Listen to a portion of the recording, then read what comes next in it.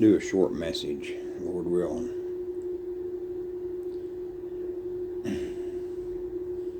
There's two verses here in Job chapter 37. God thundereth marvelously with his voice. Great things doeth he, which we cannot comprehend. For he saith to the snow, Be thou on the earth. Likewise to the small rain, Be thou on the earth. And to the great rain, Be thou on the earth. And all three of these are of his strength.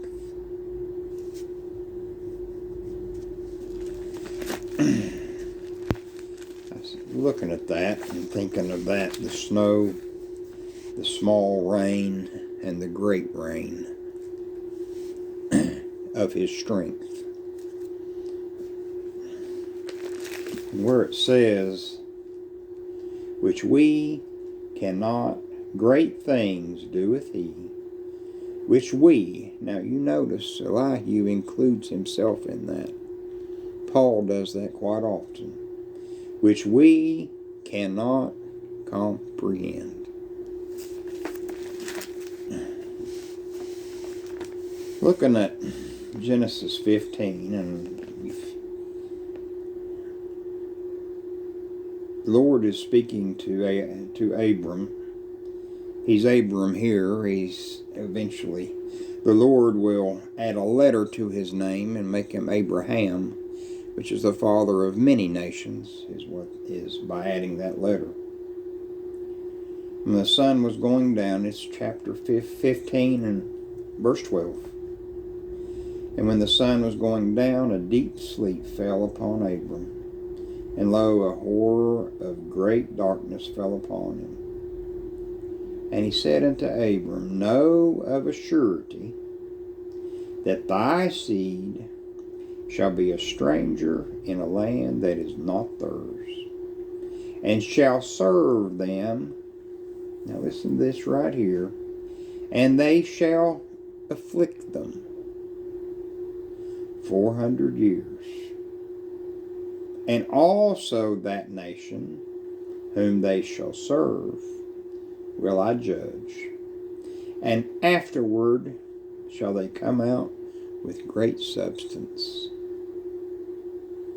And thou shalt go to thy fathers in peace, and thou shalt be buried in a good old age. But in the fourth generation they shall come hither again. Levi, Kohath, Amram, and Moses is the fourth generation. For the iniquity of the Amorites is not yet full. You notice there, our Lord didn't reveal to Abram how they would be captive and be a stranger.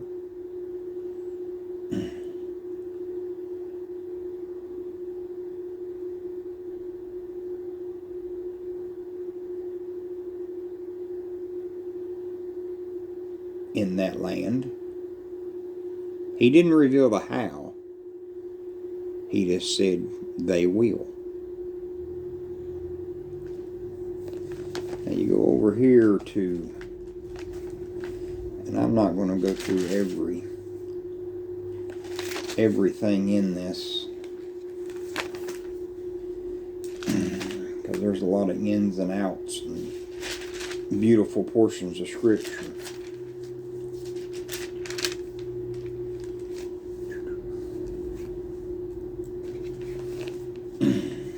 Chapter 37. Jacob sends Joseph. Do not thy brethren feed the flock in Shechem? Come, and I will send them to them. And he said, Here I am. Go, I pray thee, Well, then Joseph couldn't find them, and he said, I seek my brethren. Tell me, I pray thee, where they feed their flocks. And the man said, They are departed. Hence, let us go to Dothan. And Joseph went after his brethren, and found them in Dothan, and they seen him coming. And they took him, and cast him into a pit, and the pit was empty, and there was no water in it. What profit is there if we slay our brother and conceal his blood? Come, let us sell him to the Ishmaelites, and let not our hand be upon him, for he is our brother and our flesh. And his brethren were content. And he returned unto his brethren, and the child is not. And they took Joseph's coat, and killed a kid of the goats, and dipped the coat in the blood. And Jacob rent his clothes, and put sackcloth upon his loins, and mourned for his son many days. And what does it say over here? For he saith to the snow, Be thou on the earth. Joseph at this point right here is feeling the snow.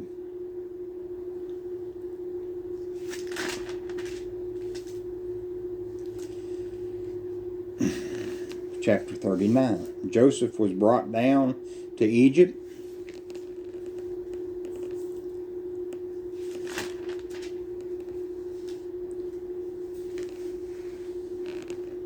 He was thrown in prison. Chapter 41. And it come to pass at the end of 2 full years that Pharaoh dreamed, and behold, he stood by a river. And he slept and dreamed the second time. 7 thin, or 7 good, and 7 thin. And it came to pass in the morning that his spirit was troubled, but none could interpret unto Pharaoh. God shall give Pharaoh an answer of peace in my dream. And he told him his dream.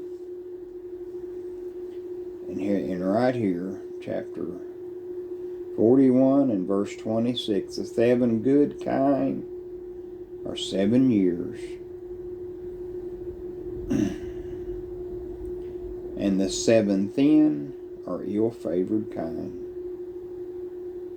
And for that the dream was doubled upon Pharaoh twice, it is because the thing is established by God, and God will shortly bring it to pass. What was he going to bring to pass? A famine. The small rain. The small rain of his strength. He did not reveal to Abraham how this would happen. But now we are reading of Jacob being troubled. Now Joseph, who is sold into slavery, the Lord hands him the interpretation. Pharaoh said unto Joseph, See, I have set thee over all of the land of Egypt. The Lord will bring now the small rain. He's going to bring a famine to bring this about. It's the small rain of his strength. He doeth according to his will in the army of heaven and the inhabitants of the earth, and none can stay his hand or say unto him, What doest thou? Is God just in this? Is he just in all of his ways? Is this famine going to bring hardship on the inhabitants of the earth? Absolutely. Absolutely. It will. It is going to. He said they will be afflicted. But how our Lord brings His will among the inhabitants of the earth is His good pleasure. And He is just and right in all of His ways. None can stay His hand or even say unto Him, What doest thou? And the famine in chapter 41 and verse 56, and the famine was over all the face of the earth. We have famines now. Who brings them? Now when Jacob, chapter 42, saw that there was corn in Egypt, Jacob said unto his sons, Why do ye look one upon another? Behold, I have heard that there is corn in Egypt. Thy seed, Abram, and our Lord brings it about in a way of His good pleasure. For His ways are higher than our ways, and His thoughts are higher than our thoughts. Get ye down thither, and buy for us from hence, that we may live and not die. The snow and the small rain.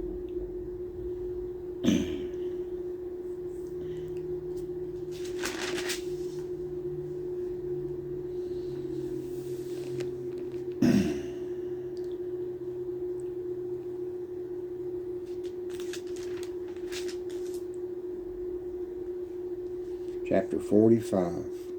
Then Joseph could not refrain himself before all them that stood by him. I am Joseph. Doth my father yet live? And his brethren could not answer, for they were troubled at his presence. He says, I am Joseph, your brother, whom you sold into Egypt. Now therefore, be not grieved nor angry with yourselves that you sold me. For God did send me before you to preserve life. For these 2 years hath the famine been in the land, and yet there are 5 years in the which there shall be neither earing nor harvest.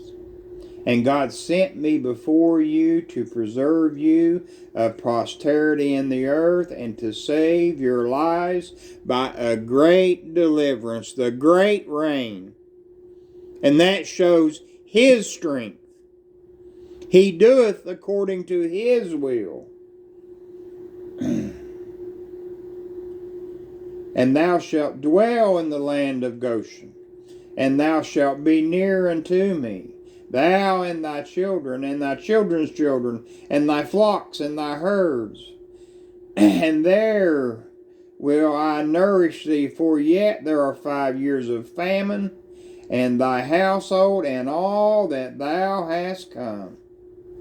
And also regard not your stuff, for the good of the land of Egypt is yours.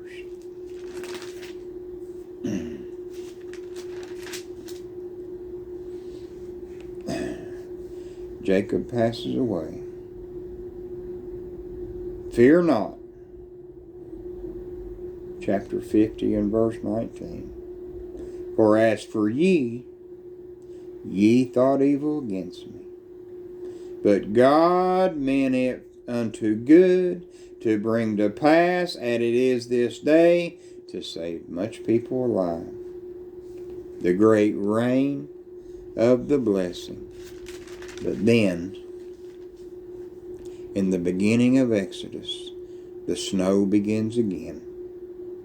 Now, there arose up a new king over Egypt, which knew not Joseph. Therefore they set over them taskmasters to afflict them with their burdens. And they made their lives bitter with hard bondage in mortar and in the brick, and all the manner of service in the land. And Pharaoh charged all his people, saying, every son that is born ye shall cast into the river. And when she had opened it, chapter 2, she saw the child. Behold, the babe wept. This is one of the Hebrews' children. Shall I go and call to thee a nurse, a Hebrew, that she may... And the Pharaoh's daughter said to her, his wondrous works. He shows his strength. And then this one word right here that came from the Pharaoh's daughter, the very one that said, throw them, kill them. In one word, the blessings of the Almighty God when he said to Abraham, I will judge that people. They will be afflicted. But how many times does he say, by a mighty hand I will bring them out? And this one word right here shows his power and his might. And he declares from the end, and he declares it. He is a declarative God. He declares the end, and he declares it from the beginning. She says this one word, and Pharaoh's daughter said to her, go. This child will not die. Will not die. And by a mighty hand, he brought them out, as he brings each and every one of his little children out of Egypt, out from under the taskmaster's hand. And then you go to Romans 9, and I go there all the time, and but he tells exactly the why.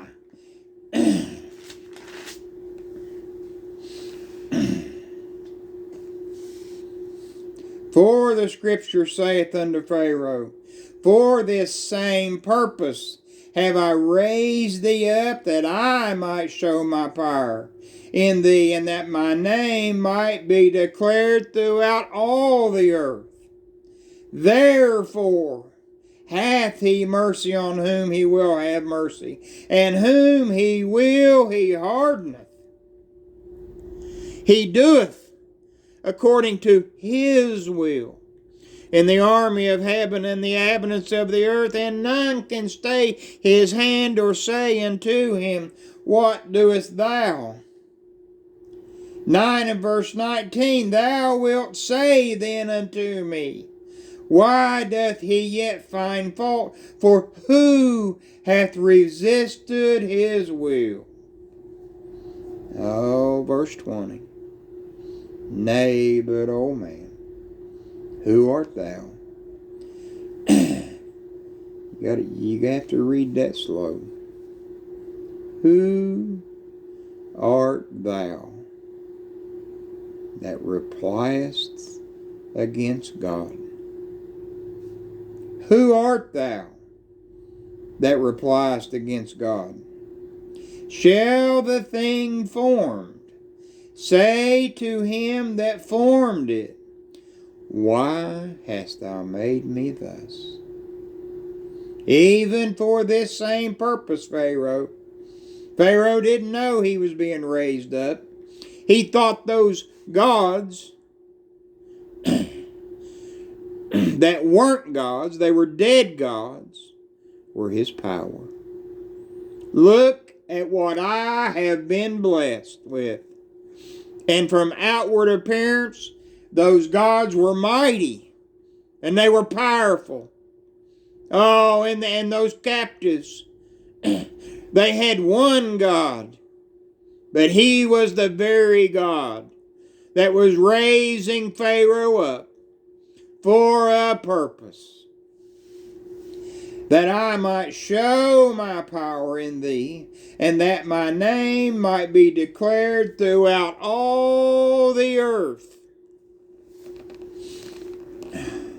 Shall the thing formed say to him that formed it, why hast thou made me thus?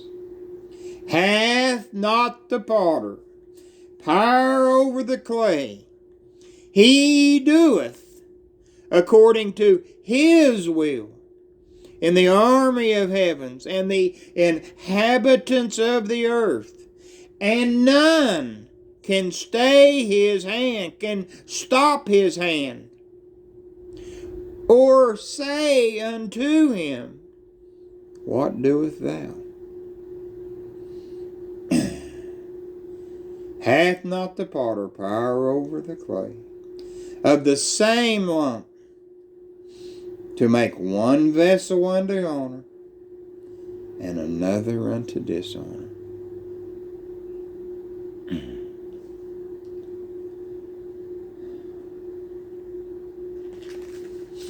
I want to walk through Ruth.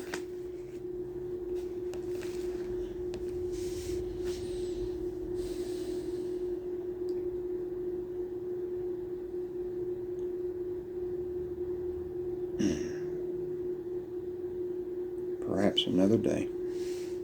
Thank you.